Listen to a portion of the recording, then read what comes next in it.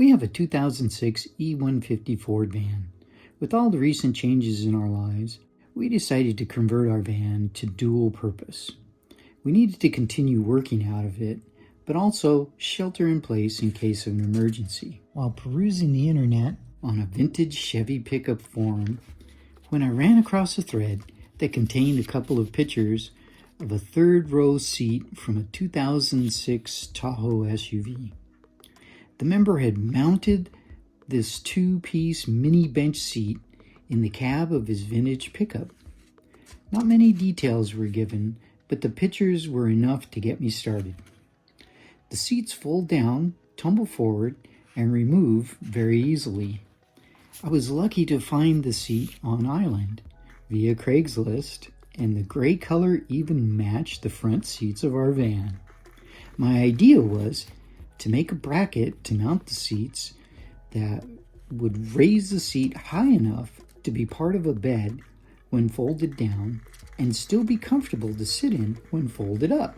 Bonus is the seats have 3 built-in seat belts. To be clear, I'm not a welder or a fabricator. So we're making it into the bed. How did you do that?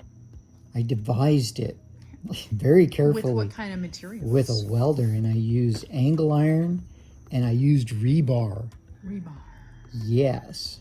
Now I'm sure that many of you out there probably come up with a better idea of how to mount this seat, but kind of went with what we had. You gotta do what you gotta do. Gotta do what you gotta do with what you got. That's right. So there we are.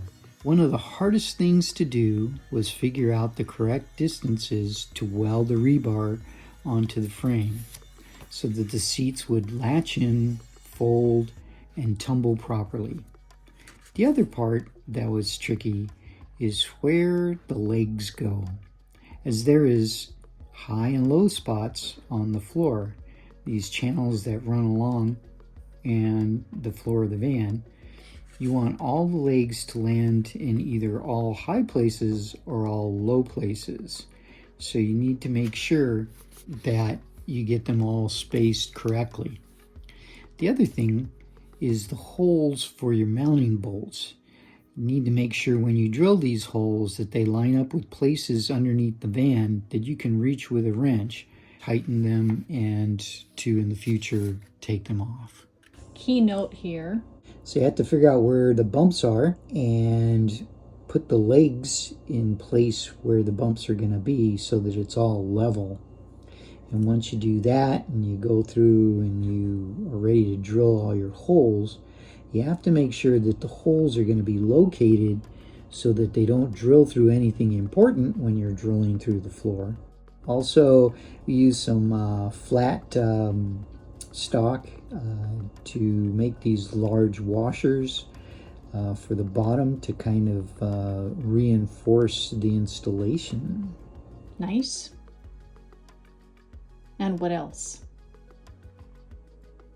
Put hardened bolts in, hardened bolts in, to make sure that in the case of an accident, you won't go flying off and the bolt snapping off. And how did we mount it into the van? We use wrenches that we could actually put on the nuts because the nuts were put strategically. That's not what I was going for, No. or where I was going. I Darn was it. going, who was on top and who was on bottom? Oh, it's always about who's on top and who's on bottom. Wait, who's on first?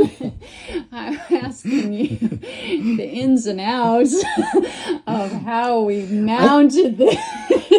I think in this case, I was on the bottom and you were on the top, if I recall do properly. tell me more. Okay. Yes. Mm-hmm. And you managed to tighten them nuts up really tight. Yes, I did. And how did we do this? And we finished this off With Loctite.